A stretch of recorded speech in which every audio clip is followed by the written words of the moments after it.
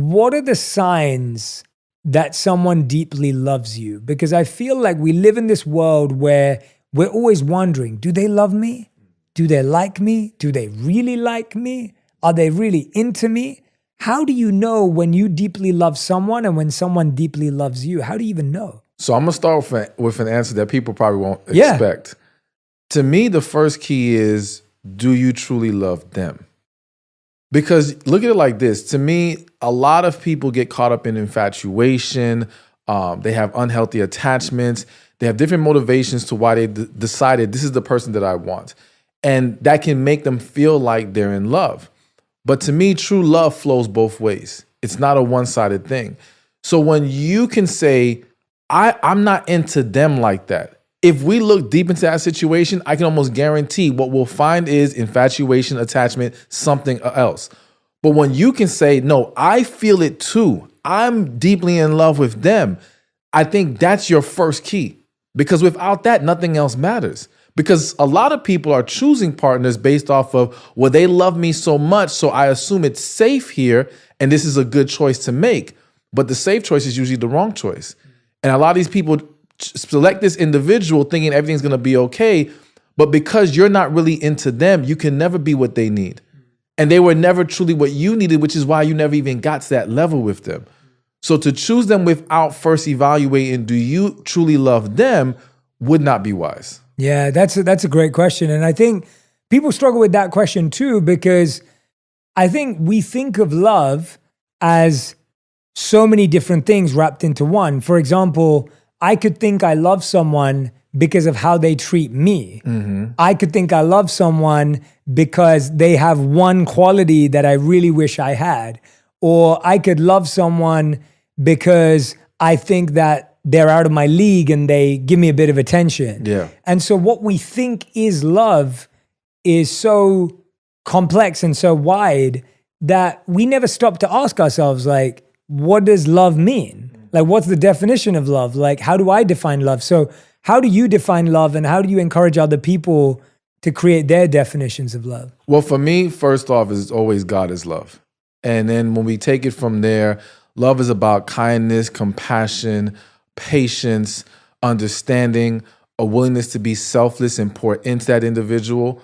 But I think what's also important for people to understand is when we're trying to apply it to romantic relationships, we have to understand that there's other ingredients that are necessary before we can move forward.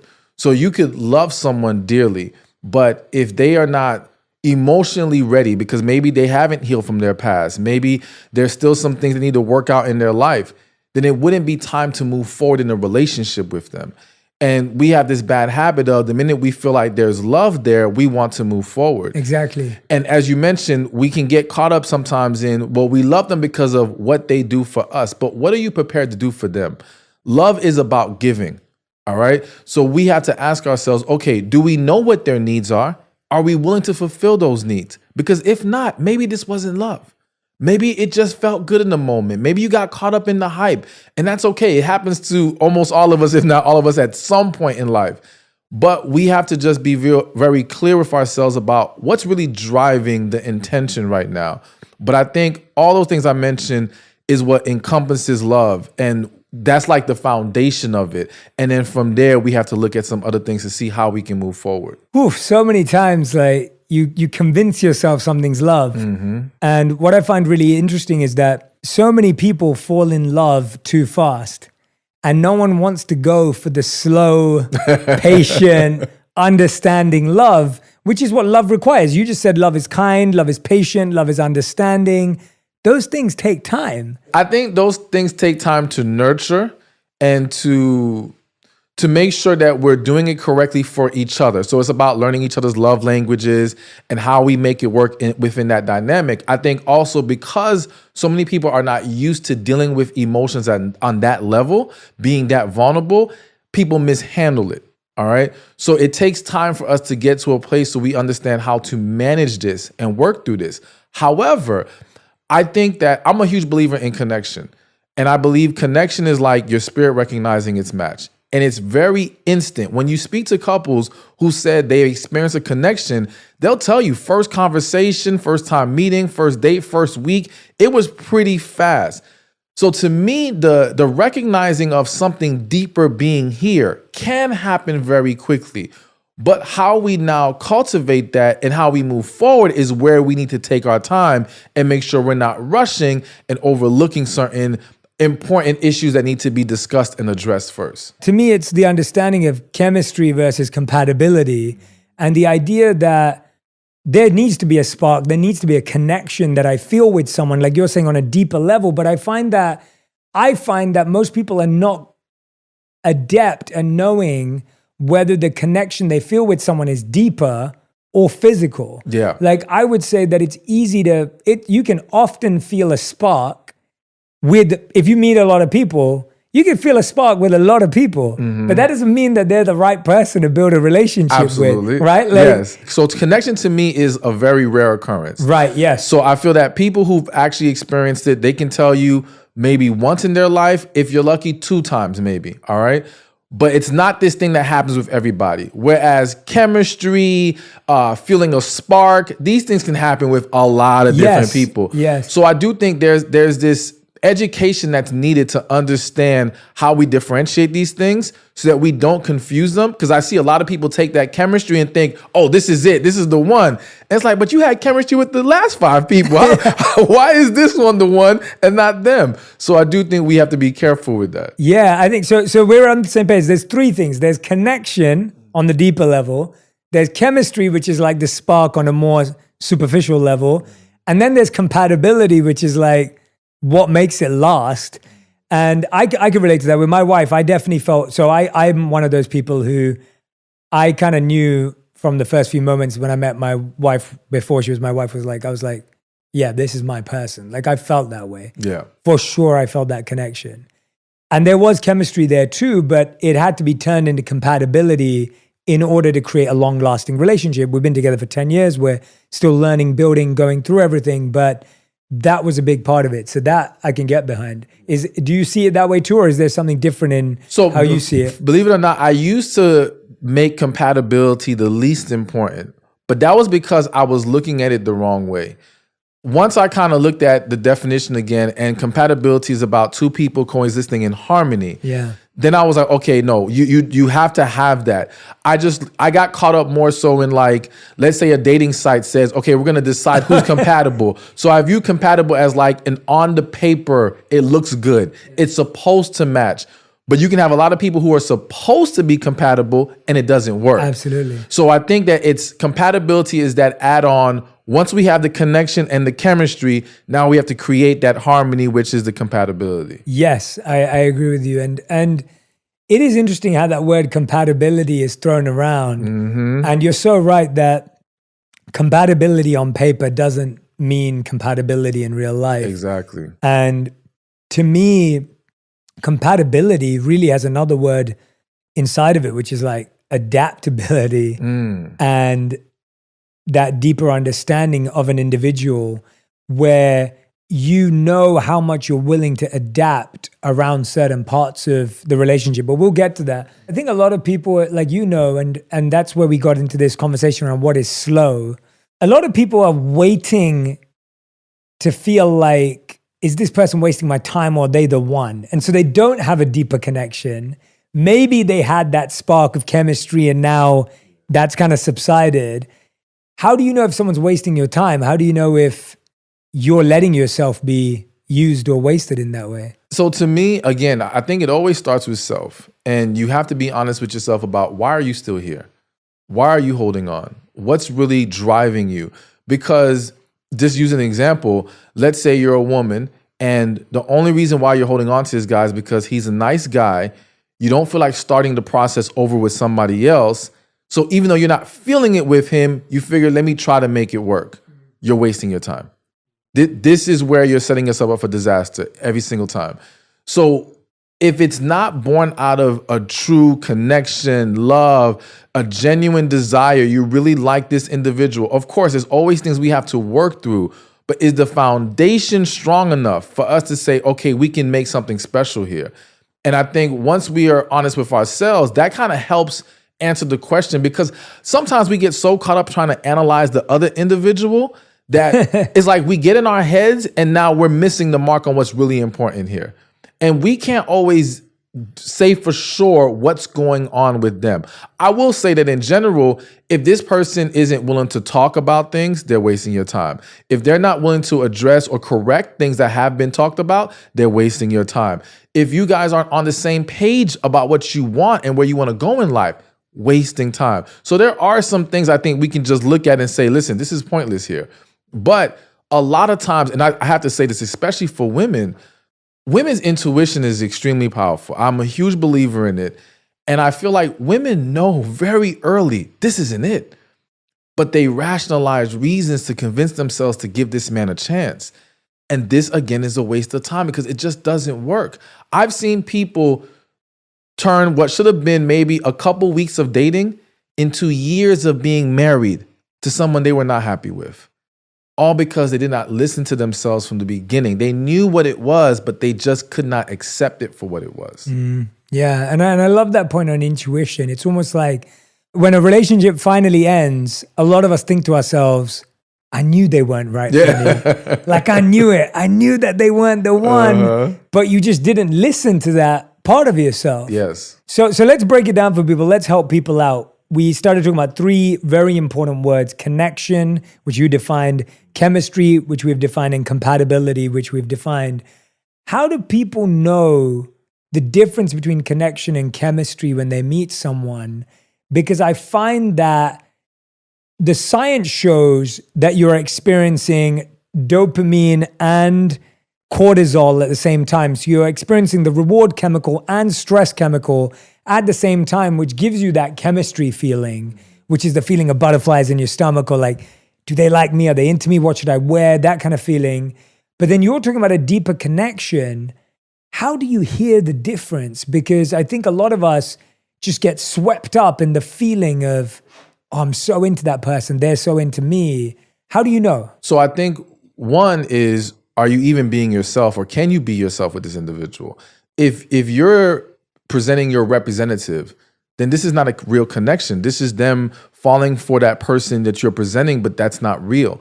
So to me, you should be already being yourself, but with that person you have a connection with, it's a more natural flow. We don't have to force it. We just feel so much more comfortable around them. I think in addition to that is when you find yourself all caught up in the moment and caught up in that chemistry, again, you have to ask yourself, what am I really attaching myself to? What do I really like about this individual? What I find is that when it's really about chemistry, we're still on the surface. You don't really know about them yet. You just know you guys had a good time. Maybe you had fun at this event. You guys were able to talk about a lot of different things, which is great, which is going to also be important if there is a connection. However, do you even know what kind of relationship they want? Do you know what kind of life they want to live? Are you guys really on the same page? I think connection is our paths align, our purposes align. So for us to align, we have to have a deeper understanding of where we're headed, and can we head there together? So that's why I think, though you may feel it, or you may feel like you're feeling it, you have to do your due diligence to dig deeper to find out, okay, is this just I got caught up on the surface, or there is something real here? Yeah. And I think once we ask enough questions, because I think that's the other big problem. We have this experience where we feel this chemistry, we're so excited, and now we're afraid to ask questions because we don't want to blow up the fantasy. Yes. You know what I'm saying? Yes, we're just like, no, I want to keep believing this is great, so let me not ask anything. Let me not run this person away. Let me not rock the boat. But that's going to be what tells us if this is real or not. Yes, I think you've hit on something there. Like, we're so scared of losing someone that we're okay with not asking important questions and discovering important truths that actually define whether this relationship's going to last. Absolutely. And that is ultimately, going back to your point earlier, that is ultimately you not being yourself, right? You're losing yourself, scared that you're going to lose the other person, so you're okay with not being yourself. Do you think it's ever okay? This is a funny question, I think, but I have to ask it because I think it's a healthy discussion. Do you think it's ever okay to present different sides of yourself in order to attract someone? Or do you think that you're ultimately setting yourself up for failure in a relationship? Almost like, I think a lot of people, they may not become someone completely different, but I think a lot of people are like, oh, I'm going to show my smart side because it will attract this person, or I'm going to show my this side because they'll like that. Are you saying any of that kind of molding is unhealthy, or do you think there's room for that? I think anything that is not sustainable is unhealthy. So look at it as if I'm a man and I'm meeting this woman and I want to impress her. So I'm like, okay, I'm going to try to spend all my money, take her to a nice 5-star restaurant, all these things. But deep inside, I prefer a more simple lifestyle. You know, I don't like all that extra stuff. Okay, that's horrible. That's a setup for disaster. That's unhealthy because you can't sustain what you're presenting to that individual that's going to draw them in. So whatever it is, another like common example is you'll have women who love to communicate. They want to be able to talk to you every single day. But because they're afraid of coming off a certain kind of way, they'll hold back on their communication. So now they'll make it seem like they're okay with talking every now and then. We don't always have to text. And then this guy falls for that. He falls for this low standard. I don't want to call it low standard, but not having such a high expectation of him when it comes to communication. Then he finally gets with the woman. Her true self is going to come out at some point. No one can suppress their true self forever. It comes out and now it's like, what is this? I did not sign up for this. Now we're fighting. Now we're stressed because you want him to call you more. He was used to you not being worried about it so much. That's why it's going to always not work out. So it's extremely unhealthy unless we're presenting a side of us that is truly us and we can sustain it. You've hit on something again that at the beginning of relationships, we often display unrealistic standards and we set those. Yes. And then when things shift and now you're back in reality again, the other person's like, but wait a minute, I thought you were really into me. Mm-hmm. And I even went through that with my wife. When we first met, I was able to spend pretty much every day with her because I didn't have a job. And so I was looking for work. I was applying. I would go see her at her college every day. And I would spend the day with her. And I'd be in the library applying for jobs while she was studying. Yeah. And I could see her every day. And I think I saw her every day potentially for like 6 months maybe. Every single day, 5 days a week at least. And then when I got a job, that wasn't the case anymore. Because I was at work now and I'd set this unrealistic expectation that we could see each other all the time. Mm-hmm. And even in the beginning, I would see her all the time because I'd spend time with her family, but we wouldn't spend time with my family because I hadn't told my family yet. And so now that my family knew, we were trying to split the time. And all of a sudden it was like, but wait a minute, we used to spend time at my house. And so even in little things like that, it took a bit of adapting because I'd set a false standard in our relationship. And then thankfully my wife was adapting and she understood and she got it and it was fine. But I think for so many people, you set unrealistic expectations in who you are. Yes. And that's hard to come back from. Absolutely. Yeah. And that's why it's so important for us to know who we are so that we can present the real from the jump. You know, because again, a lot of times people, you know, this idea that we're always changing. Yes, I do think we're always evolving, but some of the big shifts that you see it's not because that's just the way life is. It's because you didn't take the time to figure yourself out first. And then you got with this person and now you want them to adjust. Now, thank God for you, she was able to adjust. But there's a lot of people that they can't handle that. Yeah. And now everything falls apart from there. And so that's why, we have to be very careful with what we're presenting from the beginning. Yeah, I agree with you on that we think people change, but actually they just start to understand themselves better. Exactly. Right? It's like they went from being completely unconscious about who they were. You met an unconscious version of a person. Yeah. And now you think they're changing, but they just became conscious of who they are. Absolutely. But the thing is, Stephan, as you know, like society doesn't encourage that time of getting to know yourself, right? When you're young, you're not trained in how to think about who you want to be. You're trained in thinking about what you want to do. Mm-hmm. It's about your job. It's about your career. You're not thinking about who you are as a human being or as a person. So how do we in this society where understanding who you are is not clear, it's not encouraged, where does one start, or where have you kind of found great insights in trying to discover who we are. I would love to see more parents encouraging their children to explore how they're feeling about who they are. Like what I have found is a lot of people who, let's say I had one client where she wanted to be an actress when she was a little kid, but parents kind of push her in a different direction. Now she's like a social worker.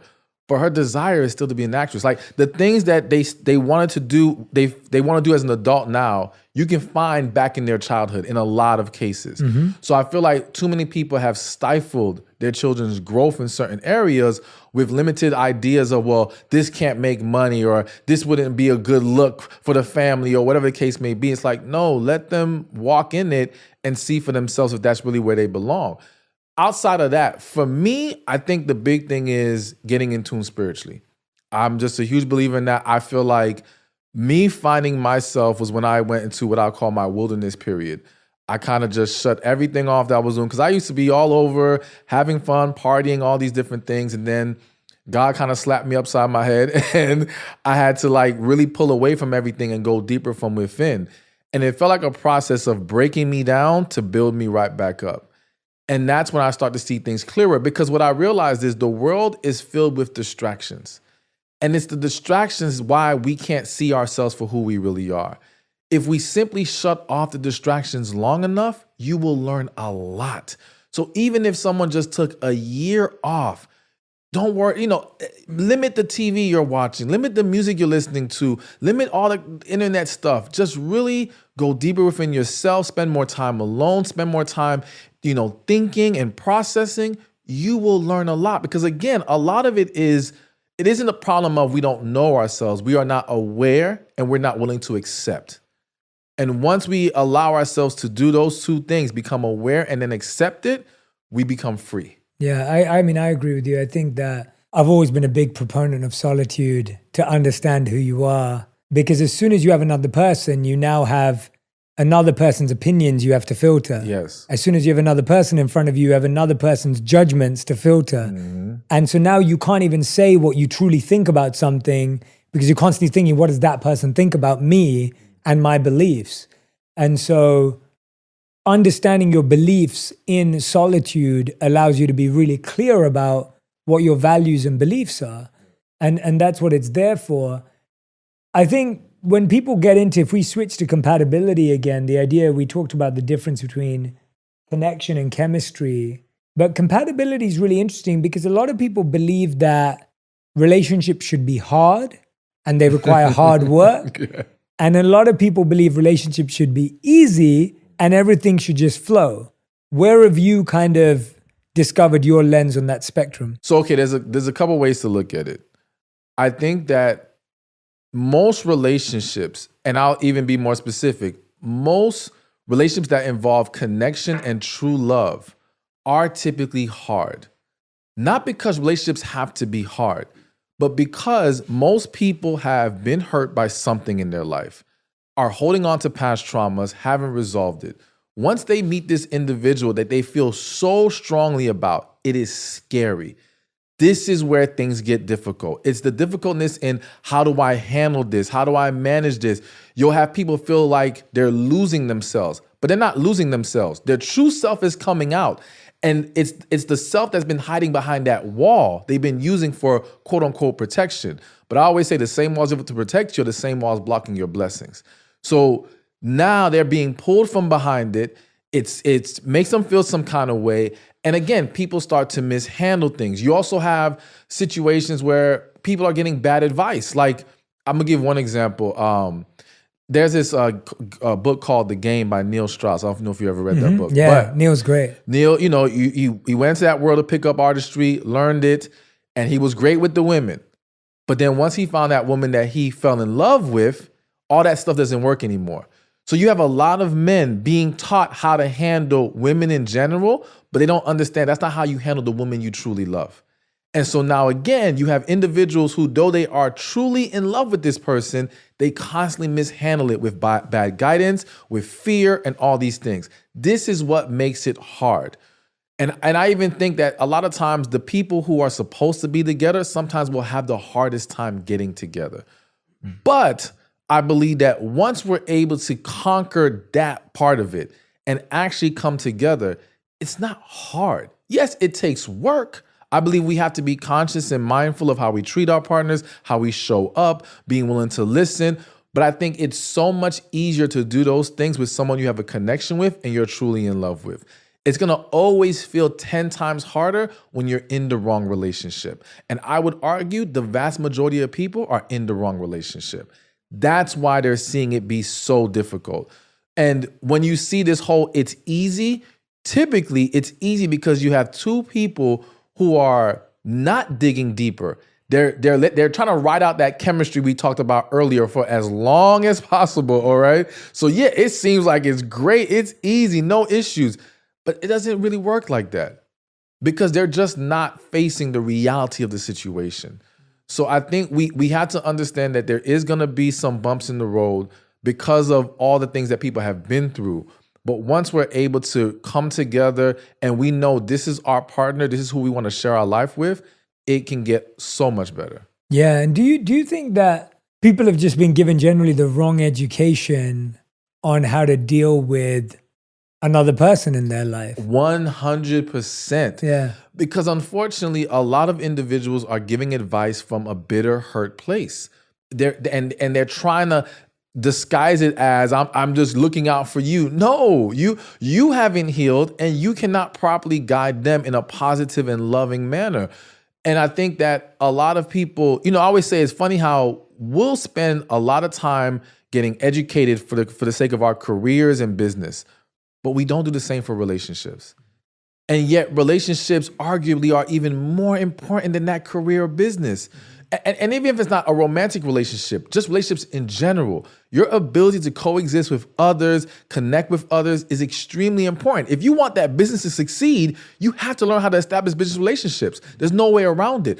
So we have to learn how to talk to people, listen to people, you know what I'm saying? And just make things work when we come together with other individuals. So I definitely think that we're just lacking in a lot of education. And again, because there's so many voices on the internet now, there's just so much bad advice being given.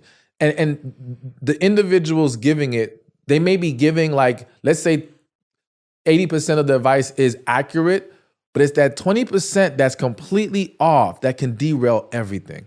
And that's the stuff that people are gravitating to, and it's just causing a lot of problems. Can you give us some example of some of the, not specific people or anything like that? I just mean could you give an example of bad advice and what about it is bad or unhealthy for people to try and put into practice? Okay, so one thing I heard recently was an individual said some of the best advice he can give to men is to not fall in love.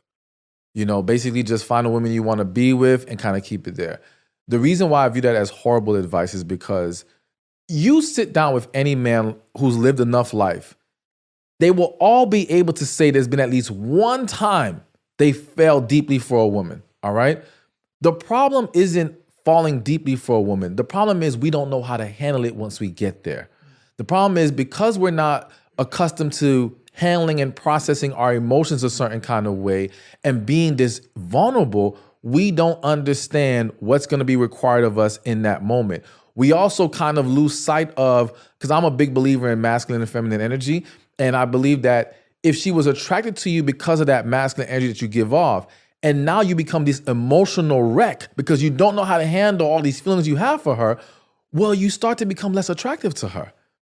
And it's not that it's not fixable. It's fixable. But again, a lack of understanding and awareness derails the situation. So rather than telling men don't fall in love because it's inevitable, let's teach them how we walk in love, what I call loving in your masculine, how you maintain that energy and still be able to pour into that woman in a way that allows the relationship to flourish. Yeah. And how does that work when, I think obviously a lot of people in that example that you're giving, if the person's attracted to someone because of their masculine energy, but at the same time, they want them to be empathetic and compassionate and kind, which are generally seen as more feminine energy, how does that person balance the two? Or is that not how you're explaining it? Is that not? No, it's about balance. So we have to understand we all have masculine and feminine energy within us.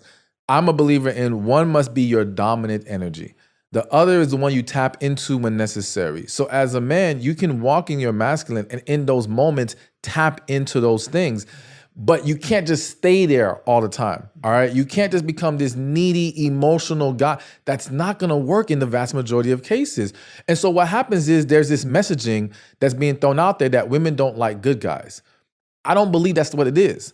I believe that women become less attracted when you don't know how to exude and walk in your masculine energy. And we're hiding behind the label of good guy. You can be a good guy and still exude masculine energy.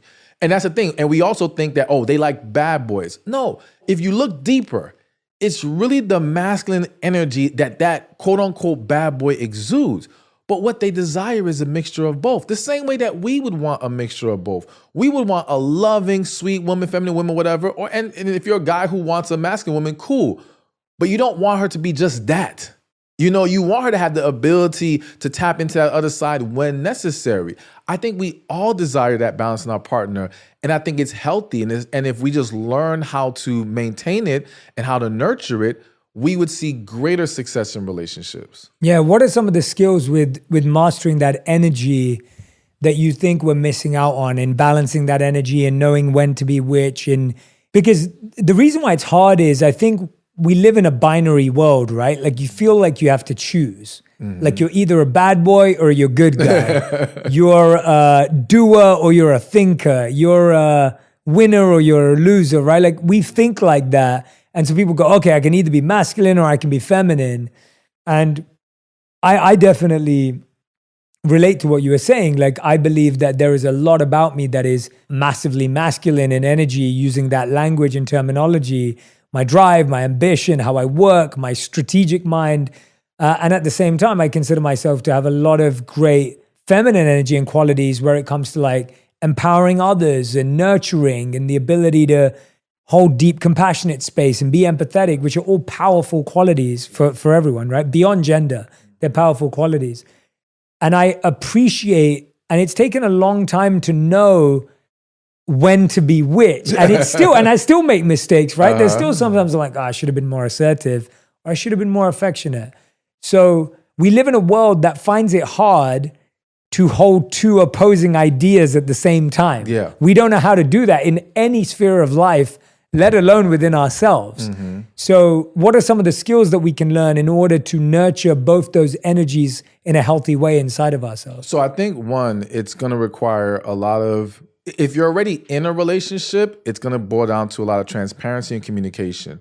You know, if you're that man trying to understand that woman and when you can walk in those two energies, her being willing to be honest and open about, you know what, this was too much over here, or I needed some of this over here.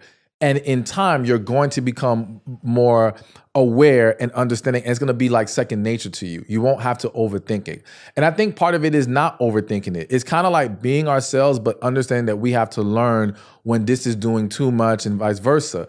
I also think that in reality, for a lot of men, especially when we're talking about relationships and kind of losing that masculine energy, the underlying issue is fear. All right. When we become so afraid of losing this woman, we lose ourselves. And so a lot of men now fall into this very feminine, needy space because they're just afraid. We have to learn that, listen, like to me, I feel if your partner thinks you're never going to walk away from them, no matter what they do, you've lost. That's a horrible place to be in. We have to get to a place where we both understand that as long as we show up the way that we need to show up for each other, we have each other's back. We will be here. But neither of us will tolerate an unhealthy relationship and someone who blatantly does not want to work on making this better. I would want the woman I'm with to feel that way, and I need to feel that way. Once we understand that, and you have the confidence of, I can walk away if I have to, that shifts your energy right there in itself. And now you don't find yourself falling into that place where, again, you start to look a lot more unattractive, or for some men, they become yes men in their relationships, thinking that makes her happy. That's turning her off. She doesn't want you to be her yes man. She wants you to stand up for yourself sometimes. Give your opinion, give your perspective. She wants to be able to, if anything, be able to have discussions with you about these things. Not just you say, whatever you want, whatever you want, whatever you want. Over time, it becomes a problem. So I think that once we conquer that fear, once we create a space where we can talk about these moments and not feel some kind of way, I think sometimes men they struggle with taking the criticism from their partner. Men and women. We all do when we have actual feelings for someone. We don't care about you, it's not as big of a deal. But we're emotionally invested, we're more sensitive to it. But we have to understand that these criticisms are for the sake of making things better and strengthening this relationship. So once we can get to that place, it's going to be so much easier to grow in it. And then I think it's just a matter of understanding that this balance isn't just for your relationship. So look at it like from a sports perspective. If I'm on a basketball team, there may be moments where I need to take the lead and recognize, all right, everyone else is down. Someone needs to step up. This is my moment. And then there's other moments where I realize, okay, let's say we already have a team captain. Let me show them that I can follow, serve, do what needs to be done so that the team can win. It's just becoming aware of what the moment requires, And again, I think the more in tune we get with ourselves and the more in tune we get with our partner, the easier it becomes to find that balance. That's the challenge, right? The challenge is just how much patience we have with ourselves and others to realize that you walked into an unbalanced situation. And now it's like, how much patience, how much time are we going to give it to get to that? Because the challenge is, I think we walk into a situation thinking it's perfect, whereas we should be walking into a relationship knowing it's imperfect. Absolutely. And we're going to learn and figure it out together. And I think that's what sets us up for failure, is because we walk into it going it's perfect. And deep down, we know it isn't, but somehow we gloss over it. Whereas I find when I know we're going to fight, when I know we're going to argue, when I know there's going to be disagreements, that sets me up to develop the skills I need in order to navigate those things. Yes. But if I assume like, we're never going to fight. And I always get that, right? We always meet someone who goes to me, I meet a friend who goes to me, Jay, we never fight. I'm like, how long have you been together? Because I don't know anyone who never fights. I get that no one has to get to the heights of fights. Yeah, I get that. I get that. It doesn't have to be a heated fight. But I don't know anyone who doesn't disagree. There you go. Okay, right? Yes. Right? I think that's important for people to understand. Yeah, there's a difference. Yes, you have some individuals out there that'll say arguing is normal, it's healthy. And to me, it's like, listen, if we're talking about arguing where we're now crossing disrespectful lines, negative llines, the way that the tone we take with each other, all these things, that's not healthy. Yes, it may happen. You should be prepared for that. But let's not normalize it and say we're just going to keep doing this and it is what it is. But you're right. To be with each other long enough and never have a disagreement, that's extremely rare, okay? Extremely rare. And I do think that, again, as you mentioned, we have to be ready for those moments. We have to understand. And going back to how we find that balance, especially as men, and even for women, it's recognizing. So, for example, if my partner is in a very heated moment, let's say she's in her masculine right now, all right? She's getting rough. Well, meeting her with more masculine is probably going to only make things worse. Yeah. This is the time for me to be compassionate, go to her, hold her, calm her down, bring her peace in that moment. You see? Because we need to balance each other out. Same thing on the flip side. If I'm all heated and I'm extra passionate, and then my woman now comes with that same energy, that's it. Now we're butting heads. This is her moment to say, no, let me now be the one to soften the moment up, bring that sweetness in there, and everybody calms down. So it's learning how to feed off of each other and recognize, okay, they're over here, let me bring it back over here. And now we can work from that point and we're both good. The problem is that we all see compassion and sweetness and kindness in those moments as a weakness. We don't want to be that person because we see that as losing. We see that as giving in. We see that as us losing our power and strength in a relationship if we become the comforter or if we become the carer, right? Like that's a perception. That is the perception. And we have to change that. That is the power position. So who is more powerful? The person that lets the energy dictate them how they're going to react, or the person that brings the energy and dictates how they're going to make this situation play out? So if I'm coming in to calm it down and being all sweet because I'm trying to bring peace here, I'm in the power position. I'm not losing anything. I'm going to gain more peace and happiness and harmony if I succeed in what I'm trying to do. So we have to get out of that mindset of this makes us weaker. And that is the big key of it. That's a big problem. That for a lot of women who struggle with their feminine energy, that's a big issue where they feel that being feminine is weakness. It's what got them taken advantage of and got them hurt. But I always say it's not the feminine energy that's the problem. It's who you give it to. Do they respect it? Do they honor it? You know, and it's the same thing as a man. Does she respect your masculine? If she doesn't, then that might just be a sign you're with the wrong person. But don't stop being that guy, because the woman who's best for you is going to need that in those moments. But that's exactly what it is that when people have been their best selves for the wrong person, that person brings out the worst in them. Yes. Right? Like when someone's been their best, loving, kindest self, but someone took advantage of it, that person now thinks next time I've got to be aggressive, I've got to be, powerful, I've got to be strong in this way. And I feel like that's kind of what most people are dealing with. We know that is that you're just dealing with a wounded version of someone, yes, not a healed version of someone. But I think people struggle to trust again and again, especially when they see the same patterns in the person they're with. And I guess the question is, why do we keep making the same mistakes? Because I feel like a lot of us keep dating the same people. Yeah. And there's a part of us that also just keeps closing off or being more wounded. It's almost like if you cut yourself, you now walk around with your hand over that cut because you don't want to get cut again. Mm-hmm. And then if you lead it off and it gets cut even deeper, now you're even more conscious of that. And so I find that people are doing that where they're closing their heart more and more because it's been so misused and abused. And I understand that. I understand people don't want to be abused and misused, but I guess the question is, how do people find people that they know respect them so that they can be their best version or be a better version of themselves? So, you can't drive out darkness with more darkness. You can't expose someone who's going to hurt you by being someone who's closed off and holding back yourself. It's kind of what we were just talking about. We have to look at being vulnerable, loving, and open as not just, well, I'm setting myself up to be hurt. No, it's how you expose people faster. If I come with that energy and you cannot respect it, match it, then I know you don't belong here. But if I hold back, I give you a free pass to hold back. So now we have two individuals who are hiding behind their walls because it's comfortable there, but you can't really see what do we really have in front of us. Those walls are blinding you and you can't properly evaluate the situation.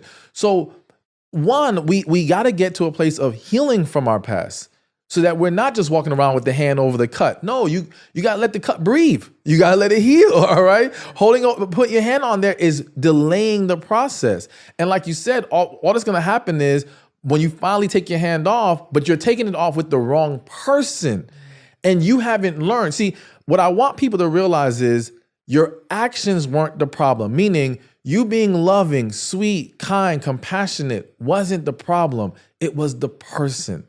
Separate those two things so that you don't stop doing the good things. Now, granted, are there levels to this to where we have to learn, again, if I'm thinking about a man, if you got so deeply emotional to where you kind of lost your masculine energy and you became very needy, okay, you can say, all right, I need to continue to be loving, but I know I have to learn how to draw a line. I have to learn how not to cross that moment. And again, you only crossed it because you were unhealthy to begin with. You only crossed it because you were afraid to begin with. Once you get to that place where you're healthy and confident, you won't find yourself crossing that line anymore. Yeah. You won't tolerate certain things anymore. So we have to heal, we have to be confident, and we have to let our light shine so that we can expose what's in front of us easier. That's a brilliant answer. I love the differentiation between how sharing your light is not the problem, the person's the problem, because we start to doubt whether being a good person, a loving person is actually what wins in the world. Yeah. And the truth is that it does win, but it has to win with someone who can receive it and Absolutely. hold that space with you and share that space with you. And I find that a lot of people keep giving that energy to the wrong person because we feel we can make them better, right? Yeah, like yes. there's this feeling of like, I can change this person. I can make them better. I can heal them. There's some of us want to fix people. Yeah. And that means we assume the person we're with is broken. And I think this is such a subconscious thing. Like if you're always critiquing, if you're always picking at stuff with your partner, chances are you don't think they're great. Like chances are you think there's some issues with them and you think that you can fix them and they're broken. Tell us about that angle where now we've talked about being the loving and kind person, but sometimes we're being the person that thinks we're loving and kind because we want to improve someone, but that person doesn't want to improve. One big problem is that what's really driving people to pick that individual is that by being the one that can upgrade you, improve you, I have more value here. By having more value, I have a false sense of security. You have to appreciate me. You're less likely to walk away. You're less likely to cheat because you're lucky to have me. I feel like I'm the prize here. But those situations never really work because, again, you're choosing someone that is not capable of pouring into you the way that you need. You're basing this off of what you could do for them, and that's not sustainable. And you're choosing them because, again, you have more emotional control here. What happens to so many people, especially women, it's something that I call the unhealthy love cycle of women, where women in their first love experience, outside of any childhood trauma may have experienced, they're their most loving. They're just out there. They go all the way in. But that typically happens at a younger age, at an age where men are not mature enough to handle those kind of emotions, that level of commitment, so on and so forth. So she gets hurt. After she gets hurt, her moment is saying to herself, I will never let this happen to me again. So now the woman starts to consciously or subconsciously choose men who are, I don't want to say lower than her, but essentially a man who does not take her there. He's good enough to be with, but I'm not that vulnerable with him. He can't hurt me like that first love hurt me. And so that dynamic usually leads to picking that person I can fix, I can make better, who will appreciate and respect me. But again, it doesn't work out. And many times you'll see these same situations, the guy will move on to cheat on her. Not because, and I have to say this because some women think, yeah, he's just being a man. No, not because he's a man, but because you chose a man that you could never be the woman that he needed, and he can never be the man that you needed. Once he kind of either gets what he needs from you to build himself up, or the smoke clears from him being infatuated with you, he starts to realize, I'm not getting everything that I desire. And now you building him up has brought him more attention from other women. So now the difference between what you're not giving him and what someone else is willing to give him becomes way clearer now. The temptation gets way stronger. And he ends up doing something. Or she ends up cheating as well. Because he's safe, but he doesn't fulfill her. He doesn't satisfy her. He doesn't excite her in any kind of way. And that's why I always said earlier, like the safe choice is almost always the wrong choice. But that is a function of people trying to choose these fixer-uppers because they think it's going to give them some leverage there. It's leverage. That's it. Yeah, it's leverage. Yeah. How do you know when it's time to go? Like, how do you know when it's like, I feel like this is a common question where it's like, how do you know when it's just, I've tried everything, we've tried together, tried our best, maybe we went to therapy, maybe we got a coach, or maybe we didn't do those things. How do I just know that I feel like I need to go, but I'm scared of being alone. Yeah. I'm scared of dealing with the reality that I put in a lot of energy. And I feel like you said this earlier, but a lot of people stay in something for a lot longer than they should because they'd rather not be alone. Yes. They'd rather not face reality. They'd rather not lose 2 years of their life. They'd rather lose 2 more thinking that this should stay. Like, how do you know when it's time to go? Let me first say this. I think society needs to change their thinking as far as letting go doesn't always mean it can't work out later. It's just that it cannot work out under these circumstances, all right? Because some people say, well, I feel like they're the one. Okay, maybe they are, but maybe the time is not right. And it's letting go that will allow you both to do what needs to be done in your own personal lives that will allow you to come back together and have something way more amazing. So that's number one thing to consider. But outside of that, it's when one, if that person is unwilling to put in the work necessary, it's time to go. There's so many times I'll have a video go up about communication and someone will comment saying, I've tried talking to him and he doesn't want to talk to me. And in my head, I'm like, but why are you still with them? If he refuses to talk to you, you've already tried. There's nothing else to do. But people will let it linger on and continue while they consistently complain or unhappy about this specific issue. It's not going to magically get better. They're not going to just change it just because all of a sudden they see, oh, it needs to change. No, if they're fighting it now, they have no reason to change it. And what people have to understand, especially with this whole trying to fix people up, healing and facing your traumas is one of the hardest things for people to do. So if they already have you in their life, they're essentially getting the incentive or the benefit of relationship without having to do the deeper work. It's almost like if I'm at a job and the job says you need to have a master's degree to work here, but we're going to hire you anyway and give you time to get that master's degree. If getting that degree is super hard to you, you're going to drag that out as long as possible. Yeah. You may never get the degree until they fire you. When they fire you and you realize, oh my gosh, if I don't do this, I'll never get this person back. I'll never get this opportunity back. Now they might go and get it because it's very tough to walk down the path of the healing process. So if they're not willing to work on it, you guys have already discussed it. And I think that's a big thing because there's a lot of relationships that end and the couples don't even know what the real issue was. So the communication, they'll say, well, we talked about, no, you guys argued. You guys lashed out. There wasn't a clear communication as to what the problem was, what is expected, how do we go about this? If you've done that, and I believe one of the most effective ways to do that is through a letter.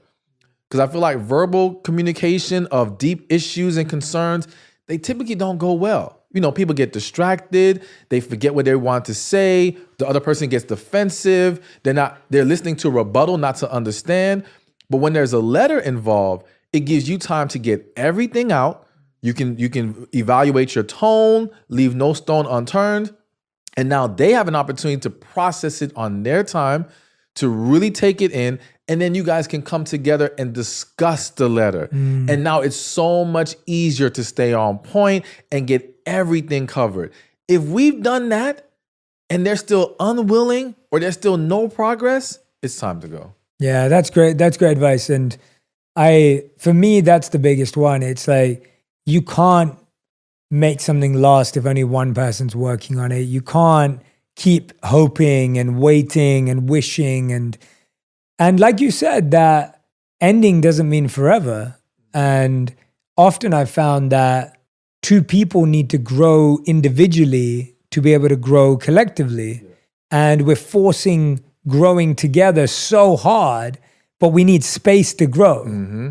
And if you can't grow together, chances are you need to grow apart in order to see whether you grow together again or grow for someone else. And all of those options are okay, but we put so much pressure on people to grow together that they grow apart. Yeah.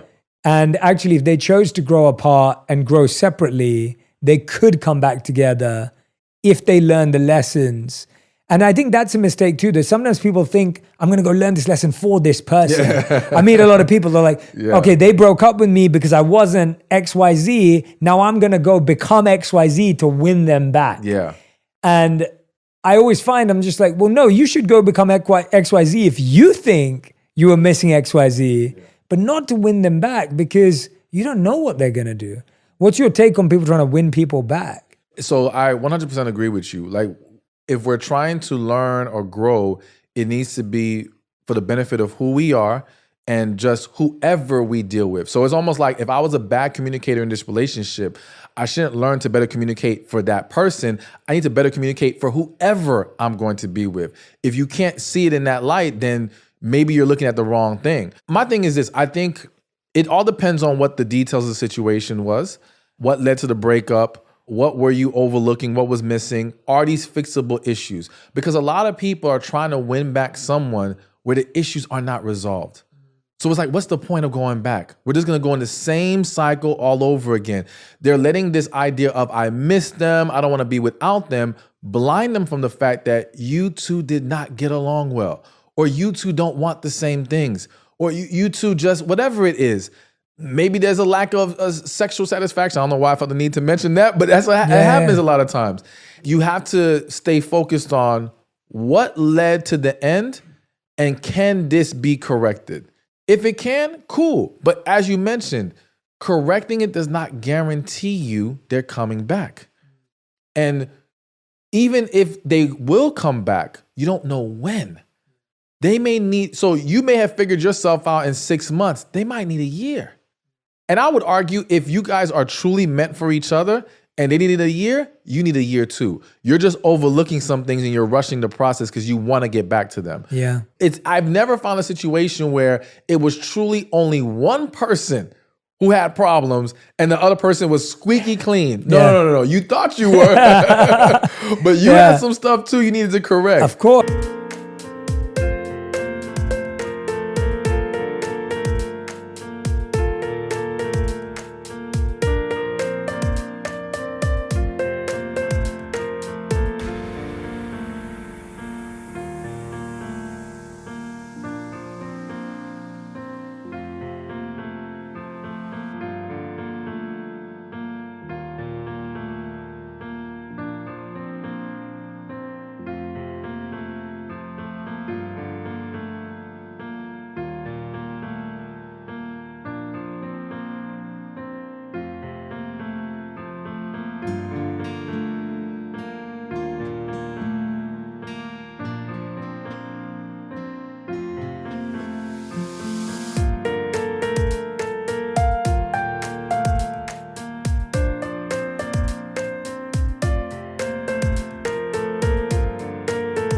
So I think we have to be honest with ourselves and just keep striving to be better.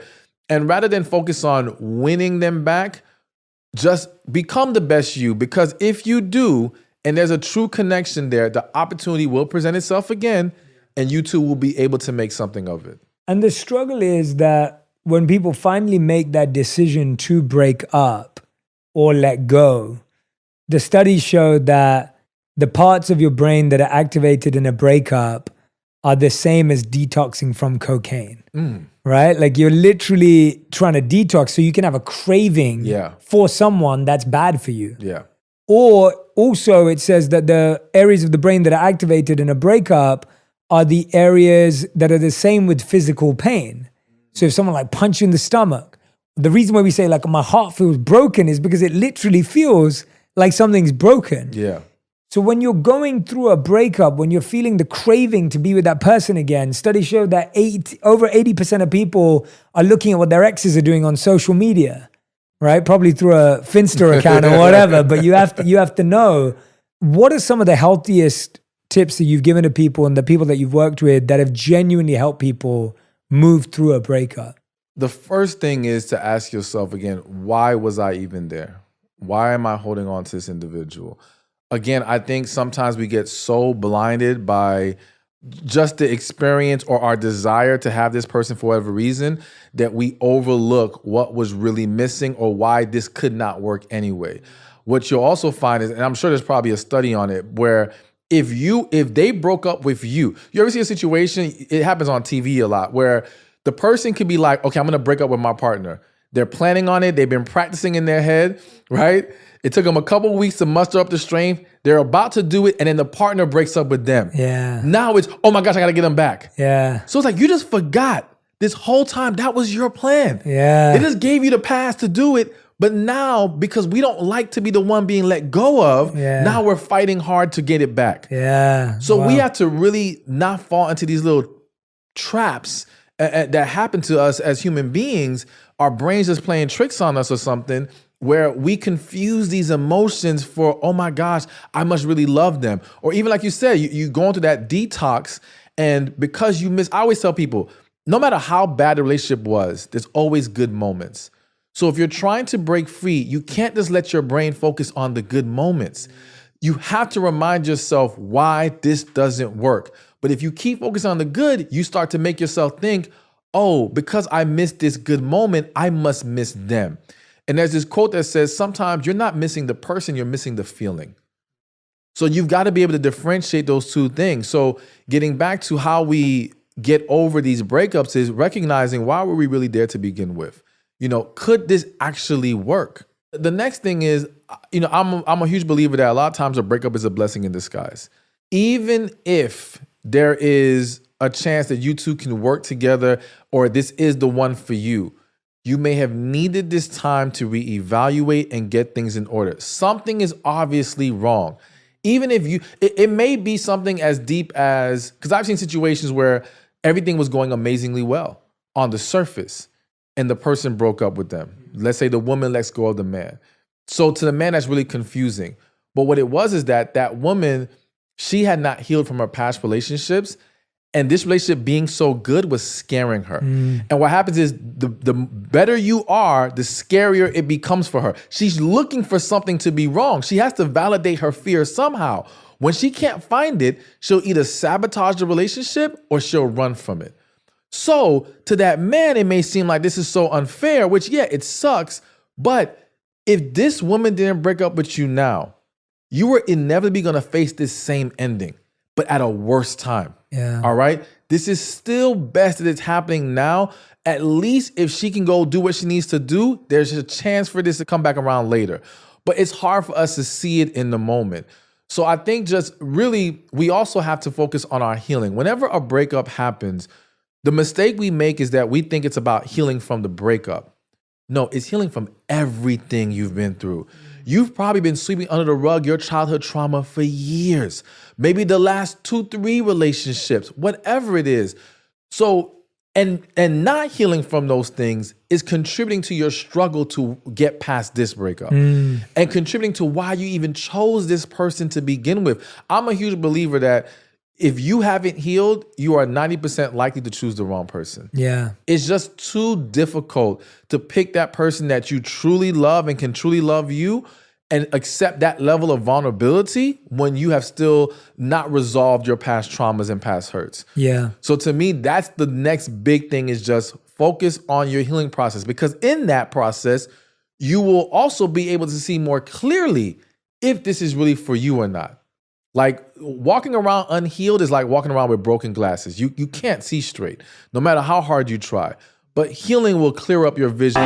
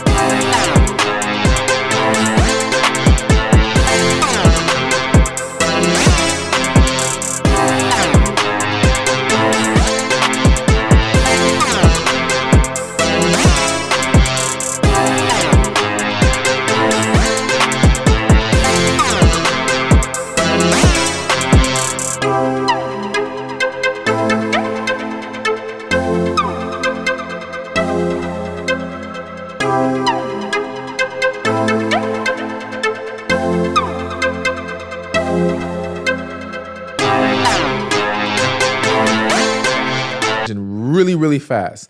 And now it'd be like, oh, wait a minute, I didn't belong there. Yeah. And thank God the breakup happened. Now I'm in a better place. I move forward. So to me, I think, and I would say in addition to those things, is just have an accountability partner.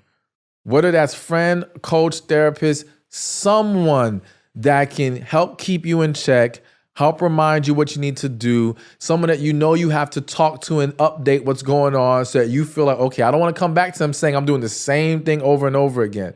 It doesn't guarantee success, but it helps. It helps move the needle some. So I would highly encourage that. That one mindset you spoke about there, that changes everything. And it hit me today. I was just thinking, if we were just able in a moment to recognize that something painful now was going to be good for us in 5 years' time, that would change so many things in our life. Yes. But we're so poor at dealing with current pain, even if it means future joy, that we just can't accept that I have to go through this. Like in everything, right? Like knowing that someone breaking up with you just saved you 10 years of a wasted life is so much more than knowing you're going to have to go through a few months of pain and 10 months of pain. Maybe it's a bit longer. Maybe it's 2-3 years. But we just have to get our head around that sometimes the best things that happen to you are protecting more of your life than the pain that they're causing. You need the peace of knowing I did what I needed to do. That's it. Yeah. Because anytime you feel like, well, maybe I could have done this, but I could have done, that leaves the door open for doubt. Do it all. Exactly. So it's like, and that's why I'm such a big believer in, there's people who say, well, once they're done, they'll just move on. And I'm like, no. Express yourself. Get everything off your chest, because you don't need anything to linger and you questioning, well, what if I did this different? No, speak your full piece. And now you can say, all right, I did what I had to do. It is what it is. I move forward. And I mean, it makes it easier. It may not make it 100%, not an issue whatsoever, but it's going to be easier. And I'll say also for me, that's why like my relationship with God is so important, because that's where I find my peace in dealing with a situation that doesn't work out the way I want to. I always tell myself, okay, if this isn't working out, God has something better for me. If this is happening right now, there's a purpose. Because I know if I followed his guidance throughout this process, there's no need for me to question, why is this the current outcome? There's a reason for this. And I've been through these things enough times to see, as you mentioned, the reward is going to come. It may come next week. It may come years from now. It will come. And I'll be able to see how it all connected. Yeah. Stephan, it's been incredible talking to you, man. This has been such a great back-to-back flowing conversation. We end every On Purpose episode with a final 5, which is like a rapid fire, which means every question has to be answered with 1 word to 1 sentence maximum. Okay. So here are your final 5. The first question is, what's the best relationship advice you've ever received or heard or given? It is to love fully. Love fully and be yourself, because as I said earlier, that's how you will expose quicker who is for you and who isn't for you. Second question, what is the worst relationship advice you've ever heard or received? Get under someone to get over someone. Doesn't work? Doesn't work. It's only going to cause more problems. Question number 3, how would you define your current purpose in life? It's to serve the people and help heal hearts and help individuals experience happier, healthier relationships. Question number 4, what's something that you used to think was important in relationships, romantic relationships, but you no longer think is important? I don't know if I would say it's what I thought it was that important, but I do think I can talk about it now, is the woman's financial position, where I think once upon a time, I may have put more weight on that when I was a lot younger, and really because that's what society and family told me was important. But now to me, and I can say it because I'm successful, that financial position is not what's important to me. It's the love, it's the environment in the household, all these things. I mean, of course, I want her to pursue her purpose and her passion, but what she has financially doesn't move the needle at all. Got it. All right. And then 5th, and thank you for opening up and sharing that. 5th and final question, if you could create 1 law that everyone in the world had to follow, what would it be? The one that's coming to mind is you must be honest. If we eliminated lying and deceit, oh my God, like this world would be so much better. Yeah. So just, you have to tell the truth. Yeah, that would be an amazing world. Yeah. Stephan, it's been amazing speaking to you today. I hope you come back on the show many times. Absolutely. The book is out now. It's called Love After Heartbreak. I'm sure each and every one of you can relate to having gone through heartbreak.